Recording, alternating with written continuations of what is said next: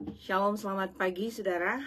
Kita berjumpa kembali dalam program 40 hari masa Lenten Season atau Minggu-Minggu Sengsara Yesus Kristus. Dan saat ini saudara-saudara, kita semua berada pada hari yang ke-15 di dalam doa dan puasa kita. Dan saat ini saudara-saudara, mari bersama-sama kita menikmati kehadiran Tuhan dalam persekutuan ibadah pagi ini. Dan saudara-saudara yang ada di Indonesia, selamat malam. Saya menyapa kita semua dengan penuh kasih Kristus. Nah saudara-saudara, saatnya kita menaikkan pujian syukur kepada Tuhan. Dan mari sebelum kita menaikkan pujian syukur kepada Tuhan, mari kita fokus, kita arahkan hati kita untuk tetap terus ada kepada Tuhan. Mari bersama naikkan pujian ini. Satu hal yang ku rindu,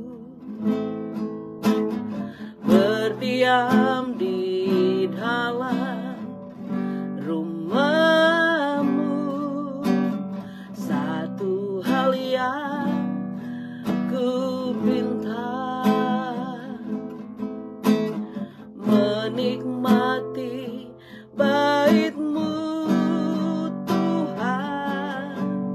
Lebih baik satu hari di pelataran-Mu daripada 1000 hari di tempat lain. Mari kita katakan, ku mau memuji-Mu, memuji-Mu, menyembah-Mu. Kau Allah yang hidup dan menikmati semua kemurahan-Mu.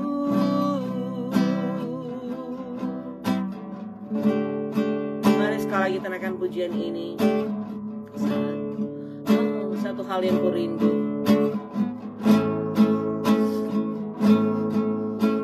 satu hal yang ku rindu, berdiam di dalam rumah-Mu. Satu hal yang ku pinta, menikmati bait-Mu Tuhan, menikmati bait-Mu Tuhan. Lebih baik satu hari di pelataran-Mu. Benar Tuhan, daripada 1000 hari di tempat lain. Memuji-Mu, menyembah-Mu.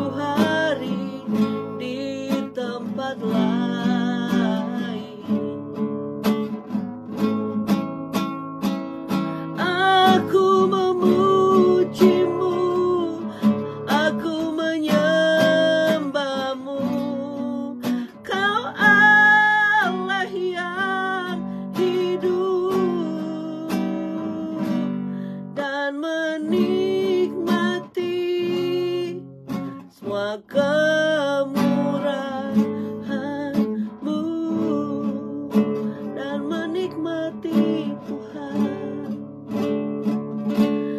dan menikmati semua kemurahan-Mu. Kami datang kepadamu Tuhan, kami mau menikmati semua kebaikan-Mu dalam hidup kami. Biarlah hari ini kami datang di dalam hadirat-Mu, dalam ketertundukan kami ya Tuhan. Kami mau hadirat-Mu memenuhi kami, dan kami semua boleh mendengarkan firman Tuhan. Kami semua boleh mengerti, bahkan kami diberikan kekuatan untuk menjadi pelaku firman yang setia. Bukan hanya kami dengar, tapi kami lakukan dalam hidup kami setiap hari. Terpujilah nama-Mu Tuhan. Kami siap, kami mau dengar firman-Mu.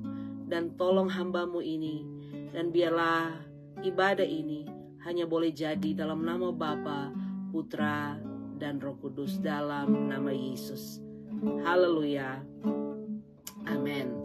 Saudara, mari kita bersama-sama siapkan hati kita sekali lagi dalam program yang disiapkan oleh saya secara pribadi bersama dengan saudara-saudara pendeta yang ada di gereja Reformed Church Mettachen.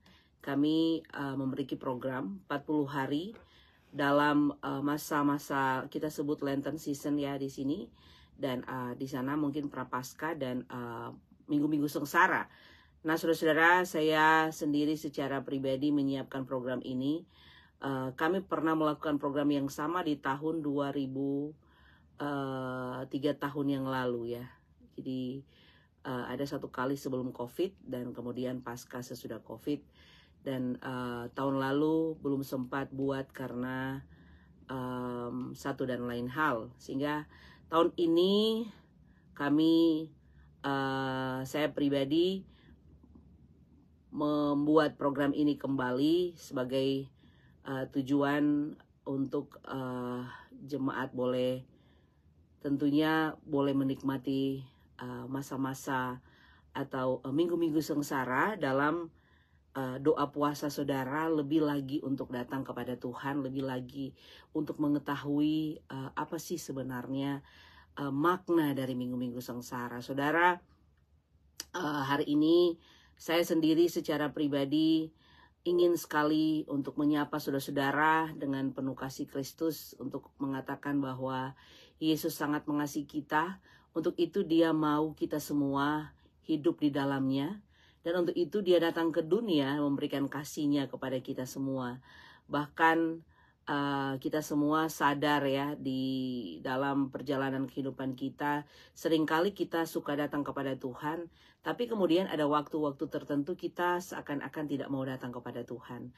Saya hari ini ingin sekali memberitahu kepada kita tentang satu tema, bahwa Yesus sudah datang dalam hidup saya dan saudara sebagai orang percaya untuk membuat saudara memiliki kehidupan yang kekal. Kehidupan yang kekal berarti kehidupan tanpa kematian kekal. Nah, saudara-saudara, saya berikan judul mengalahkan kematian, mengalahkan maut. Nah, saudara, mari bersama-sama kita akan membuka firman Tuhan, dan kita akan belajar dari firman Tuhan pagi hari ini. Yang terambil satu ayat dulu, yang terambil dari Roma pasal 6 ayat 23. Mari buka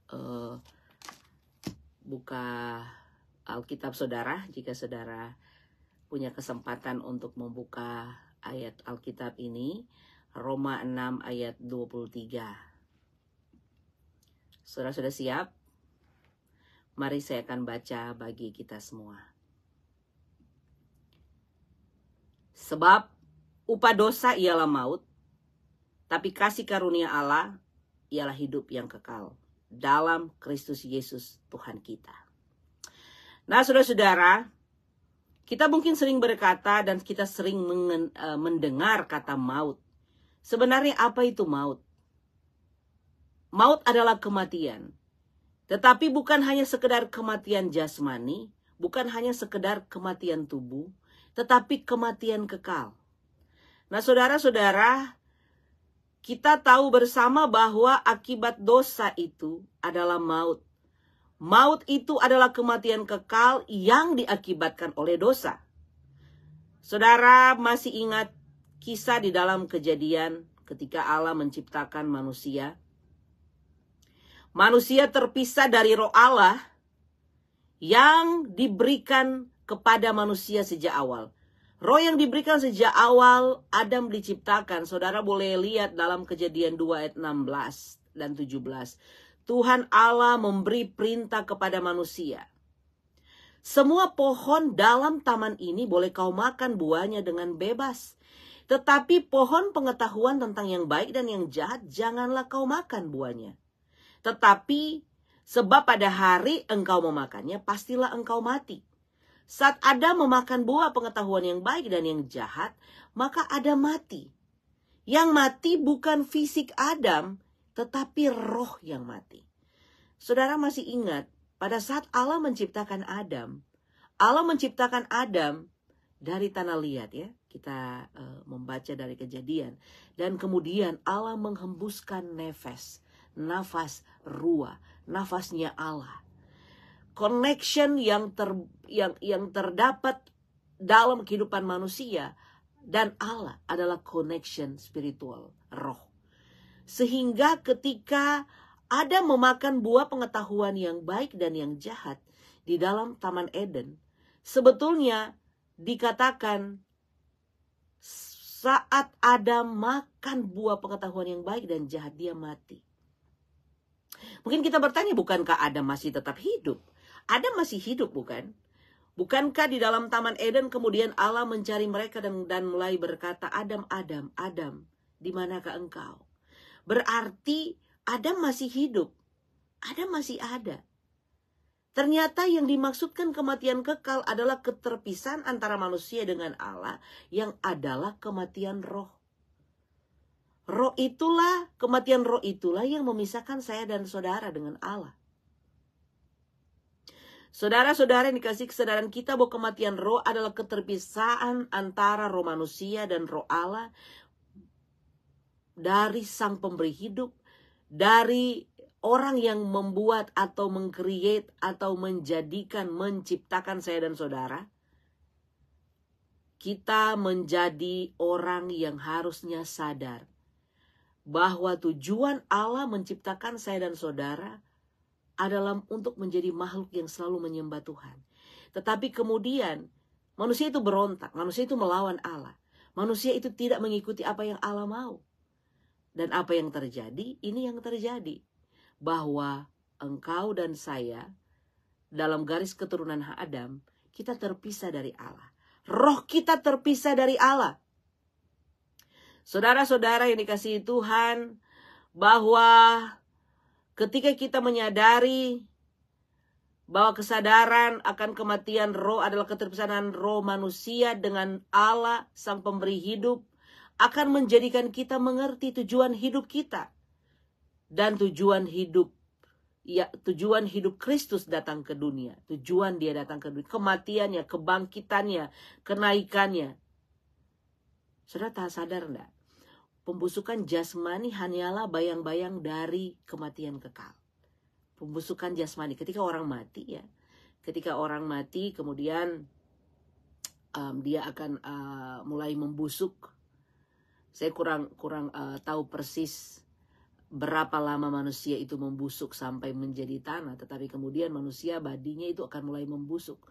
Kalau pengalaman saya sebagai pendeta, pernah Tuhan izinkan saya menjadi pendeta di Bali. Nah saudara-saudara, apa yang terjadi ketika kami di sana itu menggunakan kremasi. Jadi saudara-saudara, banyak jemaat yang saya punya pengalaman pertama ketika saya diizinkan Tuhan untuk memimpin ibadah kremasi, sangat bagi saya karena pertama kali. Dan kemudian badan yang berlemak itu akan lebih cepat selesainya. Jadi dibandingkan dengan badan yang kurus ya. Kalau jadi waktu di krematorium dan dibakar, kemudian hanya kurang lebih 1,5 jam dan tubuh itu akan habis, dan yang akan tertinggal hanya tulang, dan tulang itu yang akan digiling dan kemudian menjadi debu. Nah, saudara-saudara, kenapa saya katakan hal ini? Ini adalah pembusukan jasmani dan cara untuk menghabiskan semua tubuh kita. Dan kemudian manusia itu mati. Tetapi kita sadar ketika memahami pembahasan firman Tuhan ini, kita harus mengalahkan maut. Kenapa? Karena ada kehidupan sesudah kematian. Nah, saudara percaya enggak ada kehidupan sudah kematian? Saya sangat menyayangkan jika ada orang-orang percaya kepada Yesus, dia katakan dia orang Kristen, tapi dia sama sekali tidak mengerti bahwa akan ada kehidupan sudah kematian. Sehingga orang hidup asal hidup di dunia ini. Orang hidup seakan-akan tidak ada Tuhan di dunia ini. Saudara, saya selalu mengingatkan jemaat bahwa kehidupan saudara dan saya di dunia ini adalah persiapan untuk kekekalan. Kenapa dibilang persiapan untuk kekekalan? Karena sesudah kematian, saudara akan berhadapan dengan kehidupan yang kekal. Sehingga sekali lagi pembusukan jasmani hanyalah bayang-bayang kematian yang kekal. Tubuh jasmani saya dan saudara, tubuh yang saudara hidupi hari ini itu adalah tubuh yang fana. Tubuh yang tidak kekal. Sedangkan tubuh yang tidak kekal ini kita rawat sedemikian rupa.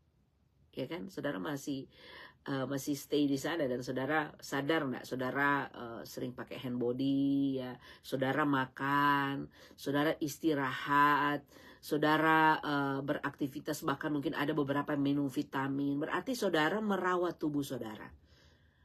Sedangkan tubuh yang akan binasa ini saudara rawat. Bagaimana tubuh yang tidak binasa? Bagaimana rohmu? Bagaimana kehidupanmu sesudah kematian yang tidak akan binasa?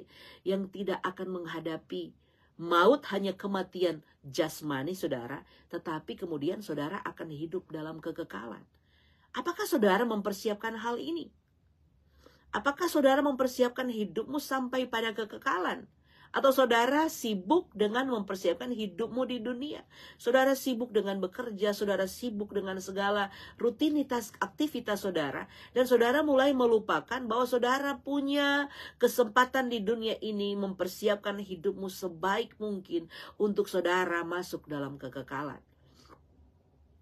Saudara, saya ingin membacakan bagian firman Tuhan ini bagi saudara. Mungkin saudara sudah sering membaca firman Tuhan ini, tapi mungkin saudara juga belum membaca bagian firman Tuhan ini. Matius 27, 51-54. Dan lihatlah tabir bait suci terbelah dua, dari atas sampai ke bawah, dan terjadilah gempa bumi, dan bukit-bukit batu terbelah, dan kuburan-kuburan terbuka, dan banyak orang kudus yang telah meninggal bangkit. Dan sesudah kebangkitan Yesus, mereka pun keluar dari kubur, lalu masuk ke kota kudus dan menampakkan diri kepada banyak orang. Kepala pasukan dan prajurit-prajuritnya yang menjaga Yesus menjadi sangat takut ketika mereka melihat gempa bumi dan apa yang telah terjadi, lalu berkata, sungguh ia inilah anak Allah. Saudara, mungkin saudara tidak memperhatikan bagian firman Tuhan ini. Jadi kita sering baca bagian firman Tuhan ini pada saat kematian Yesus ya. Pada saat Jumat Agung biasanya firman Tuhan ini digaungkan. Tapi pernah gak saudara berpikir, ketika Yesus mati, tabir bait suci itu terbelah dua. Tabir bait suci itu terbelah dua dari atas ke bawah, dan terjadi gempa bumi, dan bukit-bukit batu terbelah. Saudara, ini ada makna lebih dalam dari pembacaan Alkitab di mana bait suci terbelah dua. Saudara, ketika saudara memahami bahwa tradisi orang Yahudi atau orang-orang percaya di zaman itu bahwa mereka akan datang membawa korban untuk penghapusan dosa. Jadi di bait suci itu mereka akan datang dan akan berjumpa dengan priest atau imam agung, imam suci. Dan imam itu akan membakar korban, dan kemudian korban itu akan dilihat apakah dia naik ke atas atau dia mulai kacau. Kalau dia naik ke atas berarti Tuhan berkenan. Kalau dia dia tidak naik ke atas nyala apinya ya, maka apa yang terjadi? Orang itu akan dihukum. Dalam perjanjian lama, saudara, ketika umat akan berjumpa dengan Allah, mereka harus melalui imam. Tetapi kemudian dalam perjanjian baru, ini yang menjadi tandanya, tabir bait Allah, bait suci terbelah dua. Saudara yang tadinya harus melalui imam agung untuk datang berjumpa dengan Allah, dan kemudian ketika Yesus mati, tabir bait Allah terbelah dua, maka saudara dan saya punya akses langsung, tidak lagi melalui. Nah, ini yang perlu kita sadari, kita punya akses langsung kepada Tuhan. Sehingga saudara jangan merasa kecil hari-hari ini. Sehingga saudara sering berkata, kalau saya kok doanya ya tidak didengar Tuhan. Bukan persoalan doa tidak didengar Tuhan. Semua doa saudara, semua permohonan saudara itu didengar Tuhan. Tetapi jawaban Tuhan bisa juga jawaban diam, tidak menjawab. Dan bisa juga jawabannya tidak. Nah, ini yang perlu kita sadari, bahwa tidak semua doa saudara dijawab Tuhan sesuai dengan apa yang saudara mau. Ini yang perlu kita sadari, bahwa Tuhan selalu ingin memberikan hidup berkelimpahan dalam hidup saya dan saudara, tetapi tentunya yang tidak akan menghancurkan saudara. Banyak orang salah kaprah, nanti kalau ikut Tuhan kita tidak bisa lagi bebas. Bebas seperti apa? Karena saudara hidup dalam kehidupan hari-hari ini, saudara hidup di dalam daging. Nah, daging saudara coba cubit badan saudara. Saudara masih hidup dalam daging. Daging ini kalau saudara ikuti, daging ini akan membawa engkau pada kebinasaan. Kenapa daging ini membawa engkau kepada kebinasaan? Karena keinginan daging itu adalah pertentangan dengan Allah. Saudara masih ingat nggak? Kalau saudara suruh pilih ibadah dan tidur, saudara kan pilih tidur, lebih enak daripada pergi ibadah kan? Karena daging ini akan memimpin saudara bukan untuk datang kepada Tuhan. Ingat, roh memang penurut tapi daging lemah. Daging itu akan selalu membuat saudara, akan selalu menggiring saudara untuk tidak melakukan kehendak Tuhan. Saudara disuruh hidup baik, saudara buat yang jahat. Itu keinginan daging. Daging ini akan menggiring kita semua untuk menjadi orang-orang yang tidak menuruti kehendak Tuhan. Jadi kalau saudara hidup di dalam Tuhan dan saudara akan melawan semua keinginan daging, yaitu dosa. Saudara, ini penting untuk kita sadari. Kita sudah memiliki akses khusus kepada Tuhan. Kita sudah memiliki akses untuk berjumpa, untuk berbicara dengan Tuhan. Tidak lagi melalui orang yang lain. Sehingga saudara tidak, kalau ada beberapa jemaat yang datang berdoa, ya sebagai pendeta saya akan mendoakan, tapi lebih kepada mengingatkan kembali saudara, engkau bisa berdoa sendiri kepada Tuhan dan Tuhan menjawab doamu. Makanya kita penting untuk belajar doa yang benar itu seperti apa sih? Nanti kita belajar next ya, kita nggak bahas doa yang benar. Kita sementara membahas bagaimana kita mengalahkan kematian dan mengalahkan maut. Saudara-saudara, kemudian kalau saudara perhatikan tadi, dan kuburan-kuburan terbuka, dan banyak orang kudus yang telah meninggal bangkit. Ini tidak pernah dibahas, saudara. Di saat Yesus mati, ketika dalam kematiannya ada banyak peristiwa-peristiwa ajaib yang terjadi. Gempa bumi yang dahsyat, tabir bait Allah terbelah dua, dan kemudian kuburan-kuburan terbuka. Saudara, di saat yang bersamaan ketika Yesus mati, kuburan terbuka. Kuburan apa? Kuburan orang-orang yang mati sebelumnya terbuka, saudara. Apa maknanya? Tidak ada lagi maut, tidak ada lagi keterpisahan engkau dengan Allah, karena Yesus sudah mati. Dialah yang sudah masuk ke dalam maut itu. Dia yang sudah masuk dalam kematian itu supaya saya dan saudara boleh memperoleh hidup yang kekal. Saudara-saudara, kita mesti sadar bahwa ketika kubur itu terbuka, bahkan orang-orang kudus yang telah meninggal sebelumnya itu bangkit. Itu menandakan bahwa saudara sudah memiliki kuasa untuk mengalahkan maut, yaitu kematian. Dan sesudah kebangkitan Yesus, mereka pun keluar dari kubur lalu masuk ke kota kudus dan menampakkan diri kepada banyak orang. Jadi saudara-saudara, saya selalu mengingatkan dan mengatakan kepada jemaat, peristiwa kematian Yesus dan peristiwa Yesus mati, bangkit, dan naik ke sorga, itu saksi-saksinya itu banyak sekali, saudara. Dunia mengakui 2 orang menyaksikan perkara yang sama, 2-3 orang, maka itu boleh dikatakan sah. Kematian Yesus, kebangkitan, sampai bahkan ketika 40 hari, saudara tahu ya, dari masa kematian Yesus sampai masa kebangkitan, dari masa kebangkitan Yesus sampai naiknya ke sorga, saudara, Yesus mengunjungi kurang lebih 500 orang. Nah, saudara, hal ini juga ketika pembacaan firman Tuhan yang kita dengar, Matius 22 ayat 51-54 hari ini kita baca. Saudara, tentunya banyak yang menyaksikan bahwa Yesus mati dan kubur terbuka. Bahkan ayat 53 bilang, sesudah kebangkitan Yesus mereka keluar dari kubur. Yang tadi, saudara, kubur terbuka, orang-orang kudus yang meninggal sebelumnya itu bangkit. Dan kemudian mereka keluar dari kubur dan masuk ke kota kudus dan menampakkan diri pada banyak orang. Aduh, saya membayangkan, saudara, betapa mengerikan ya. Mungkin saudara akan lari ketakutan. Saudara imagine, saudara punya oma atau mungkin saudara punya tante, tiba-tiba sudah meninggal dan kemudian kuburnya terbuka dan dia keluar. Apa yang ada di benak saudara? Saudara akan lari ketakutan sungguh luar biasa. Tetapi saya mau bilang hari ini adalah petanda dalam kehidupan saya dan saudara bahwa kubur itu sudah terbuka. Maut itu sudah dikalahkan. Engkau dan saya akan dibangkitkan pada harinya Tuhan. Saudara-saudara, betapa dahsyatnya kuasa penebusan dari kematian Yesus. Kuburan sekali lagi sudah terbuka. Tidak ada lagi penghalang bagi setiap orang percaya untuk dibebaskan dari kematian kekal.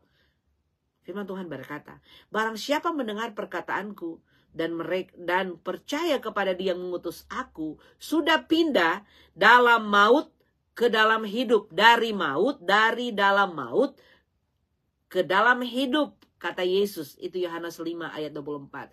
Jadi ketika saudara percaya mendengarkan firman Tuhan, saudara percaya kepada Yesus Tuhan, saudara saat itu juga saudara berpindah dari maut ke dalam hidup yang kekal.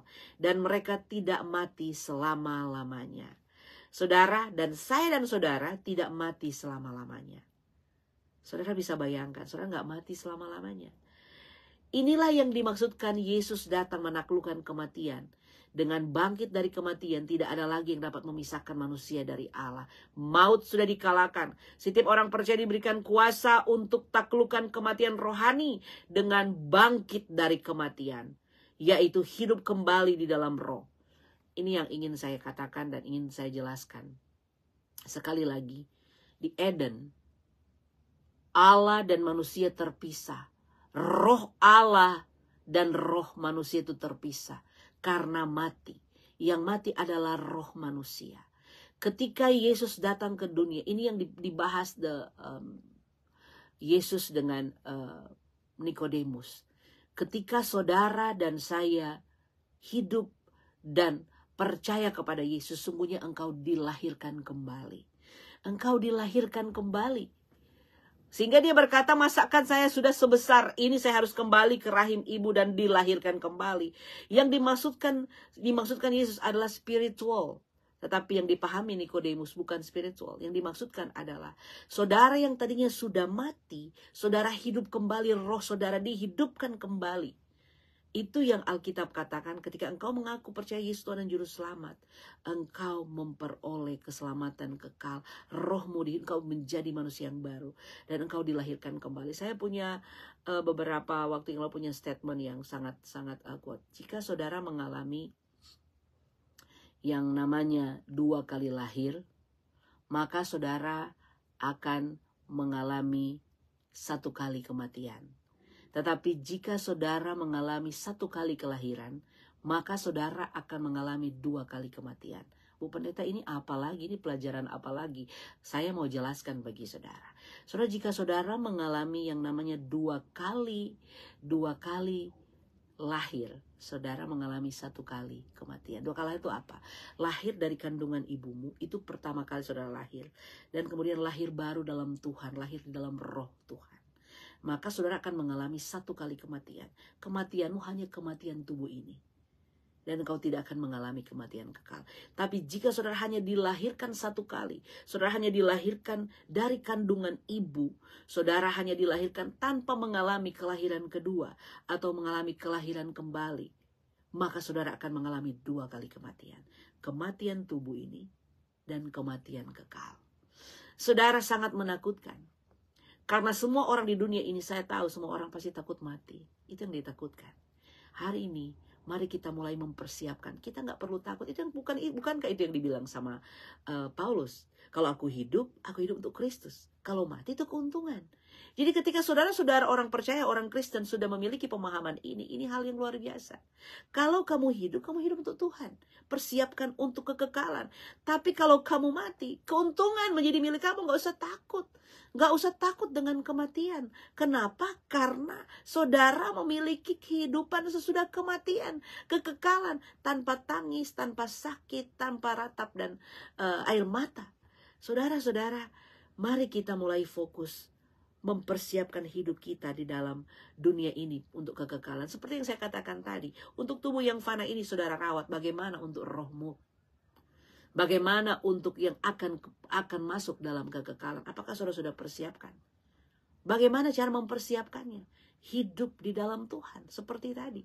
Engkau harus dilahirkan kembali dalam roh. Karena ketika engkau hidup dalam roh Allah hidup dalam engkau, maka engkau akan mengalami hidup yang berkelimpahan. Ini yang diambil oleh si jahat dan ditipu oleh si jahat supaya saudara tidak memperolehnya. Karena dia tahu persis ketika saudara hidup di dalam Yesus, hidup dalam rohnya, saudara punya kekuatan yang sangat luar biasa yang saudara tidak bisa bayangkan. Umat Tuhan, saya mengajak kita semua, milikilah kuasa itu. Berkali-kali firman Tuhan diingatkan kepada kita semua. Roh yang membangkitkan Kristus dari kematian, roh yang sama itu yang tinggal dalam hidupmu. Ketika engkau hidup baru dalam Tuhan, roh itu tinggal dalam engkau. Roh itu seperti dunamis. Dia seperti dinamit ya kalau di Indonesia. Dia bisa meledakkan hidup saudara, dalam arti dia bisa membakar semua apa yang menghalangi engkau dengan Tuhan. Semua dosamu. Dia akan berikan kekuatan. Pada beberapa waktu yang lalu saya sempat katakan, saya challenge semua orang percaya. Jika engkau hari ini, mulai saat ini, bangun hubungan pribadimu dengan Tuhan. Berbicara dengan Tuhan secara pribadi. Akses khusus sudah diberikan, ingat tadi. Dan saudara, 1 jam saja saudara punya waktu dengan Tuhan. Saya mau tantang saudara. Coba saudara praktekkan 1 jam dengan Tuhan, intimasi dengan Tuhan. Bicara dengan Tuhan seperti anak kepada Bapa. Dan saudara akan lihat, saya akan berjumpa dengan saudara. Mungkin 2 tahun dari sekarang, saudara sudah melakukan hal-hal yang luar biasa. Saudara yang tadinya takut, saudara mulai berani. Saudara yang tadinya, mungkin saudara, kok saya kayak orang bodoh ya, saya tidak punya tidak punya sesuatu untuk saya buat. Nah, mulai saat saudara mulai berbicara dengan Tuhan, di saat itu Roh Kudus akan berbicara dan memberikan inspirasi dalam hidup saudara. Sehingga saudara sadar, kuasa yang diberikan kepadamu itu kuasa yang dahsyat.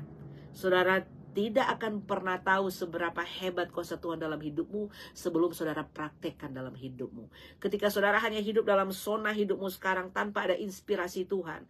Saudara, Alkitab ini ditulis, Alkitab firman Tuhan kita baca karena inspirasi Tuhan. Bahkan di dunia ini banyak sekali hal-hal yang terjadi karena inspirasi Tuhan. Maukah saya dan saudara dipakai Tuhan? Itu persoalannya. Maukah saya dan saudara buka diri supaya Tuhan pakai? Atau saudara nyaman dengan hidupmu saat ini, hanya begini aja, tanpa ada inspirasi yang baik? Saudara berbicara dengan Tuhan akan membuat saudara menjadi orang yang hebat. Karena dia yang punya alam semesta, ilmu pengetahuan, dia yang punya. Tuhan bisa pakai saya dan saudara untuk menjadi alatnya. Makanya berikan dirimu. Ayo kita berikan diri kita dipakai Tuhan. Mulai hari ini berikan dirimu dipakai Tuhan. Penting saudara sadar bahwa saudara sudah diberikan kuasa untuk mengalahkan kematian. Hidup yang saudara hidupi sekarang sudah diberikan kuasa untuk mengalahkan maut. Ayo umat percaya. Kita keluar dari pikiran-pikiran kita yang lama dan kita masuk dalam pikiran yang baru untuk kita boleh mempersiapkan diri dalam kekekalan. Saya percaya orang yang hidup di dalam Roh Allah, dia akan hidup penuh dengan inspirasi Tuhan. Dia akan hidup penuh dengan kualitas-kualitas yang hebat, yang besar. Saudara akan mulai melihat dirimu akan diangkat, mulai diangkat dan diangkat Tuhan. Saudara yang tidak bisa berbicara yang baik, saudara akan mulai bicara hal-hal yang luar biasa. Saudara yang tidak mengalami mujizat, yang tidak mengalami hal-hal yang hebat, saudara yang tidak punya akses, saudara yang mulai setiap hari hidup, saya harus berdoa dengan ibu pendeta ini, saya harus dengar firman Tuhan ini, dan saudara mulai belajar sendiri firman Tuhan, dan engkau akan mengalami yang namanya mengalami hal-hal yang baru atau rema yang Tuhan akan berikan dalam hidupmu. Itu akan membuat saudara amazing, dan saudara akan bilang luar biasa. Ayo kita alami itu. Kalau saudara tidak pernah masuk dan tidak pernah coba masuk di dalam hubungan intim pribadi dengan Tuhan, saudara akan selalu menjadi orang yang hanya melihat orang lain sukses, orang lain mengalami hal-hal yang hebat. Saya mau semua orang mendengarkan firman Tuhan hari ini, engkau akan mengalami hal-hal hebat. Kalahkan maut, kalahkan ketakutanmu, kalahkan semua pikiran-pikiran yang ada yang menghambat engkau, karena Roh Allah ada dalam engkau. Mulai hari ini panggil dia, Roh Kudus tolong saya, supaya saya gak takut lagi. Saya mau menjadi alatmu. Buka hatimu. Jangan hanya fokus pada hidupmu di dunia ini. Saudara pergi kerja dan sebagainya. Engkau harus fokus juga pada hidup sesudah kematian. Ini adalah rahasia besar yang saudara harus pelajari. Ternyata saya sudah memiliki Roh Allah dalam hidup saya.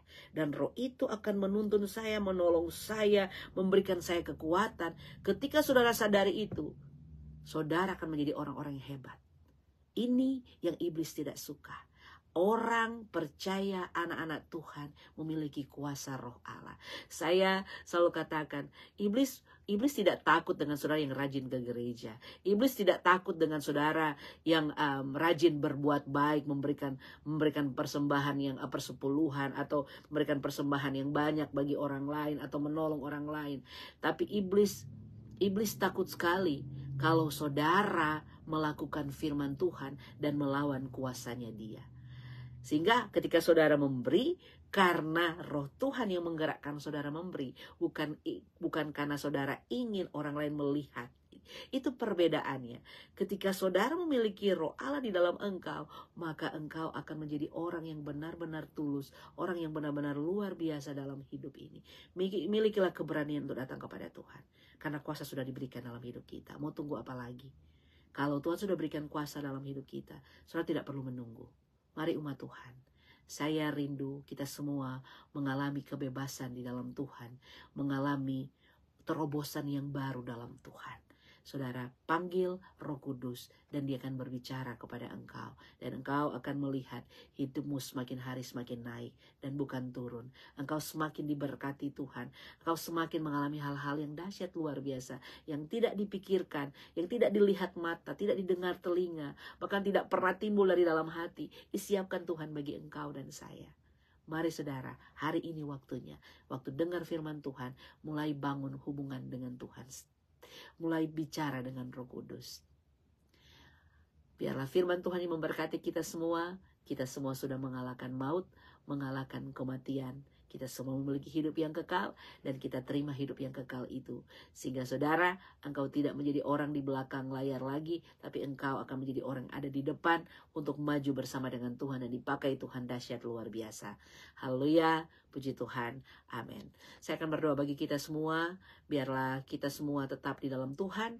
Dan kalau saudara yang sakit, dalam iman percaya, jika saudara percaya saudara disembuhkan, jika saudara percaya saudara dipulihkan, Tuhan terjadi sesuai dengan imanmu. Percaya saudara sakit apapun itu di dalam nama Yesus dapat disembuhkan. Penyakit apapun di dalam nama Yesus itu dapat disembuhkan. Karena dia yang punya hidup saudara. Apa sih yang saudara cari hari ini? Mungkin saudara sakit ginjal, Tuhan bisa berikan ginjal yang baru. Mungkin saudara bilang saya darah tinggi, saudara. Saudara, Tuhan bisa melakukan mujizat. Mungkin saudara bilang saya cancer stadium 4. Tuhan bisa melakukan jika dia mau. Nah, bagian kita adalah meminta dalam doa. Tuhan berkata dalam firman-Nya, mintalah maka akan diberikan. Ketoklah, pintu akan dibukakan. Dan firman Tuhan juga berkata, jadilah pada kita sesuai dengan apa yang kita imani. Nah, dan yang lain juga berkata, saudara, kalaupun penyakit itu tidak berpindah, setidaknya Tuhan berikan engkau mujizat yang lain, yaitu iman yang kuat untuk menghadapi atau untuk mendaki gunung. Jadi ada perbedaan yang besar antara iman yang besar dan iman yang benar, gitu ya. Iman yang besar adalah iman yang sanggup membinakan gunung. Tapi iman yang benar adalah iman yang meskipun gunung tidak berpindah, tapi engkau percaya bahwa Tuhan tetap mengasihi engkau. Nah, saudara, biar ini menjadi juga kekuatan bagi kita. Saya mau berdoa bagi kita semua, dan saya percaya Tuhan mendengarkan setiap pokok-pokok doa kita. Saudara boleh juga langsung teks saya secara pribadi jika saudara ingin didoakan, dan saya dan tim doa juga, saya bisa akan forward atau lanjutkan kepada tim doa untuk mendoakan saudara secara khusus. Mari kita berdoa. Terima kasih untuk firman kebenaran-Mu di pagi hari ini Tuhan. Kami sungguh bersuka cita. Kami sudah memperoleh hidup yang kekal. Dan kami sudah mengalahkan maut. Kami percaya firman-Mu mengingatkan kami kembali bahwa kuasa maut itu sudah dikalahkan. Dan kubur itu sudah terbuka. Kami diberikan hidup oleh Tuhan, anugerah Tuhan. Dalam persiapan kami di dunia ini. Dalam persiapan hidup kami untuk kekekalan. Sehingga kami sadar betul hidup buat Kristus. Mati adalah keuntungan. Kami tidak takut lagi dengan apapun yang ada di depan kami. Terima kasih Tuhan untuk inspirasi. Untuk hal-hal yang luar biasa Engkau izinkan kami alami. Berkati setiap umat Tuhan yang boleh dengarkan firman Tuhan hari ini. Bahkan saudara-saudara yang nantinya akan mendengarkan firman Tuhan. Hamba berdoa di dalam nama Yesus Tuhan. Bicara secara khusus. Dan mampukan mereka untuk mendengarkan Engkau Tuhan. Roh Kudus tolong masing-masing pribadi. Untuk mereka boleh memiliki suara-Mu di dalam hati dan hidup mereka. Sehingga inspirasi yang besar Kau berikan. Dan mereka akan mengalami hidup dan terobosan-terobosan baru. Mereka menjadi manusia yang tidak sama lagi seperti mereka yang dahulu. Mereka menjadi manusia yang baru yang digerakkan oleh Roh Allah karena Roh Allah tinggal di dalam mereka. Terima kasih Tuhan. Berdoa bagi saudara yang sakit disembuhkan di dalam nama Yesus. Yesus berkata bahwa nama Yesus berkata di dalam kehidupan kami semua bahwa kuasa sudah diberikan. Kami bisa mengalahkan segala sakit penyakit kami di dalam nama Yesus. Kami sungguh percaya Tuhan, nama Yesus, nama di atas segala nama, nama di atas segala sakit penyakit kami. Kami berdoa di dalam nama Yesus Tuhan. Semua nama-nama penyakit di dalam nama Yesus Tuhan. Kami berdoa, maka kesembuhan menjadi milik kami. Berdoa bagi saudara yang mengalami pergumulan apapun itu Tuhan. Engkau berikan jalan keluar. Bersuaralah dan berbicaralah sehingga mereka memiliki kekuatan untuk keluar dari setiap pergumulan, untuk keluar dari setiap persoalan kehidupan, keluarga, kehidupan pribadi, hubungan, apapun persoalannya. Yesus, Engkau sanggup memberikan jalan keluar. Terima kasih Tuhan. Hamba mungkin selesai berbicara bagi semua umat Tuhan yang dengarkan firman Tuhan, tapi Roh Kudus Engkau akan berbicara setiap saat bagi setiap kami, orang-orang yang percaya. Terima kasih Tuhan. Ini doa syukur kami. Kami berdoa biar pagi hari di waktu Amerika, saudara-saudara dalam perjalanan untuk kerja, mereka diberkati Tuhan, ditolong Tuhan, dan mereka sehat kuat untuk melanjutkan setiap aktivitas mereka bekerja dengan penuh sukacita. Saudara-saudara yang ada di Indonesia yang sudah malam hari di sana, biar Engkau akan berikan kekuatan untuk mereka boleh beristirahat, mereka sehat kuat, besok pagi bangun dengan tubuh yang segar, bugar, untuk melanjutkan semua pekerjaan yang Tuhan berikan dalam kehidupan kami masing-masing. Terima kasih Tuhan, kami memohon berkat-Mu turun atas kami masing-masing. Berkat dari Allah Bapa, di dalam anaknya Yesus Kristus Tuhan, dengan pertolongan kekuatan Roh-Nya yang kudus, menyertai memberkati kita semua sekarang dan selama-lamanya. Haleluya, puji Tuhan. Amin. Umat Tuhan, sekali lagi, besok di hari yang ke-16, hari ini hari ke-15, saya berdoa saudara tetap setia dan tolong dibagikan supaya lebih banyak orang yang diberkati Tuhan. Dan salam sayang saya dari New Jersey, dari Metatchen, dari Reformed Church Metatchen. Saya ini ada di Pastori, dan ini adalah office di Pastori saya. Dan kiranya saudara-saudara boleh mungkin suatu saat bisa datang yang ada di Indonesia, tapi yang ada di sini mereka sudah melihat tempat saya di Pastoria, persis di sebelah gereja Reformed Church of Mettachen. Tuhan Yesus memberkati kita semua. Shalom, sampai berjumpa besok pagi dengan tema-tema yang pastinya akan menguatkan saudara. Tuhan Yesus memberkati kita semua. Shalom.